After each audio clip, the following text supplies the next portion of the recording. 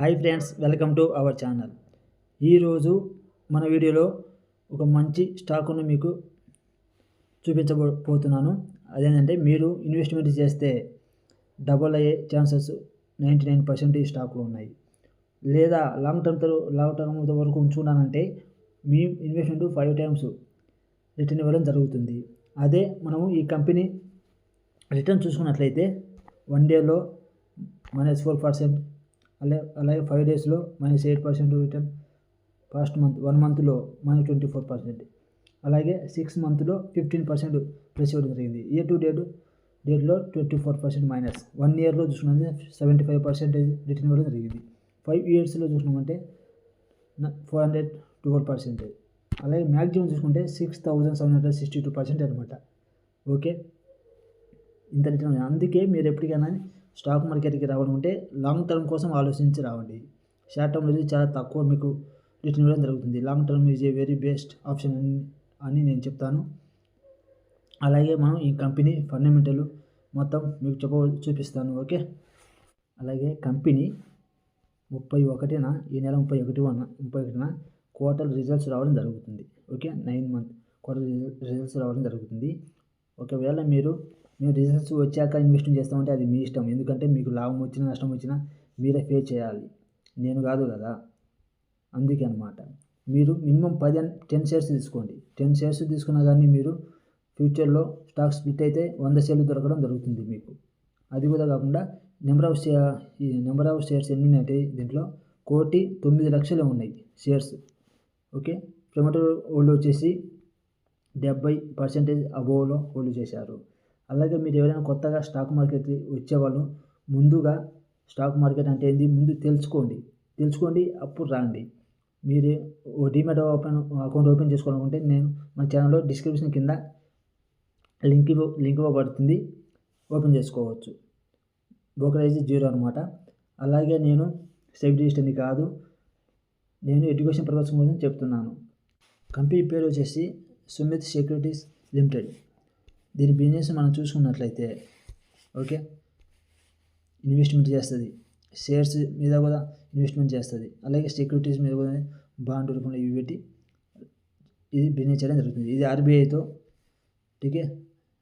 ఆర్బీఐతో registration చేయబడింది అనమాట. అలాగే ఇది ఎన్ఎస్సి బిఎస్సి రెండిట్లో ఉంది.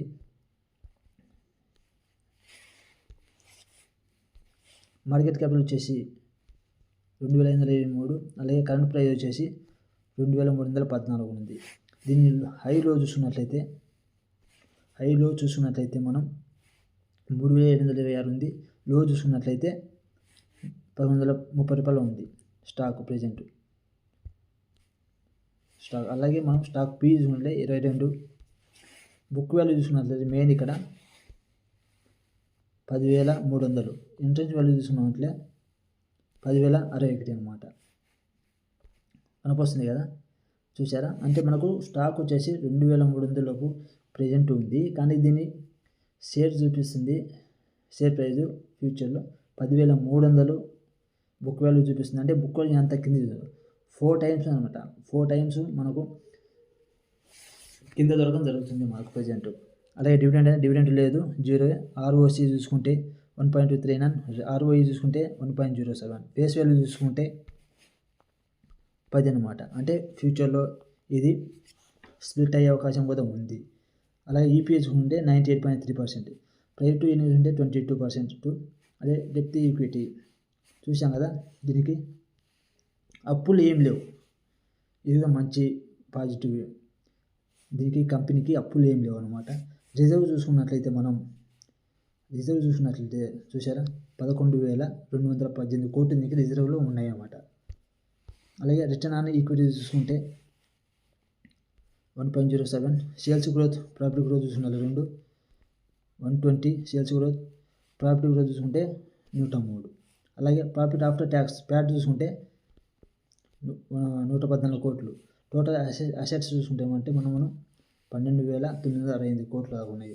అలాగే నెంబర్ ఆఫ్ ఈక్విటీ షేర్ చూసారా ఇక్కడ ఎన్ని ఉన్నాయో, చాలా తక్కువ, 1,09,00,000 వరకు ఉన్నాయి నెంబర్ ఆఫ్ షేర్స్. అంటే చాలా తక్కువ అనమాట. అదే గ్రామ్ నెంబర్ చూసుకున్నట్లయితే 4772. అంటే మీ డబ్బులు మీరు ఇప్పుడు 10 షేర్లు తీసుకున్నంటే 22,000 అవుతుంది మీకు.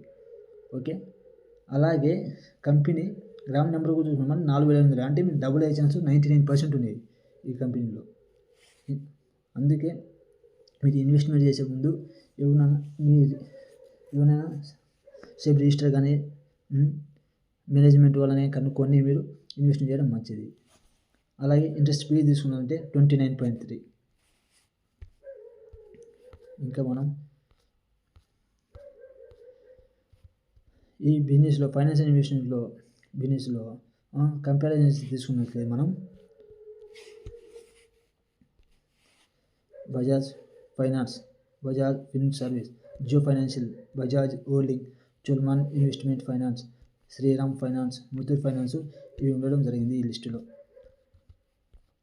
అలాగే సేల్స్ గ్రోత్ క్వార్టర్లీ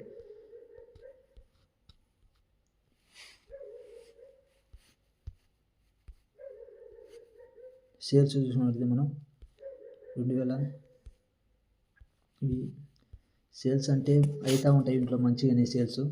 ఓకే, తర్వాత మనం మెయిన్ చూడండి ప్రాఫిట్ ఆఫ్టర్, ఇవి మీకు తర్వాత చూపిస్తాను పెరిగేది తగ్గింది. మనం బ్యాలెన్స్ షీట్ చూద్దాం మెయిన్. ఓకే, బ్యాలెన్స్ షీట్ చూసినట్లయితే మనం 20,000 చూసుకున్నట్లయితే రిజర్వ్ చూసుకున్నట్లయితే 74% ఉంది అన్నమాట.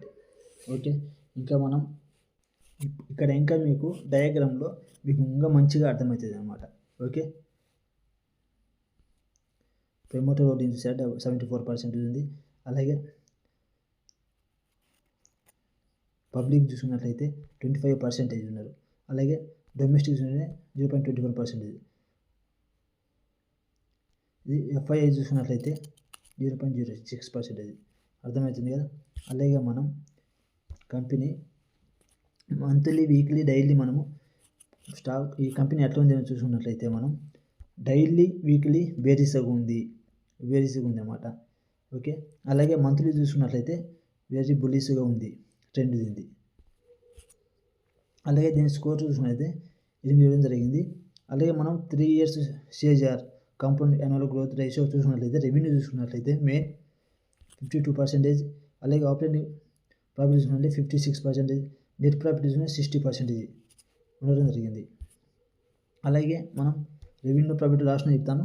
ఈపీఎస్ చూసుకున్నట్లయితే ఎర్నింగ్ పర్ షేర్ చూసుకున్నట్లయితే లాస్ట్ 3 years ఉంటే 3 years ఇది బీట్ చేయడం జరిగింది, 4 years బీట్ చేయడం జరిగింది ఇది.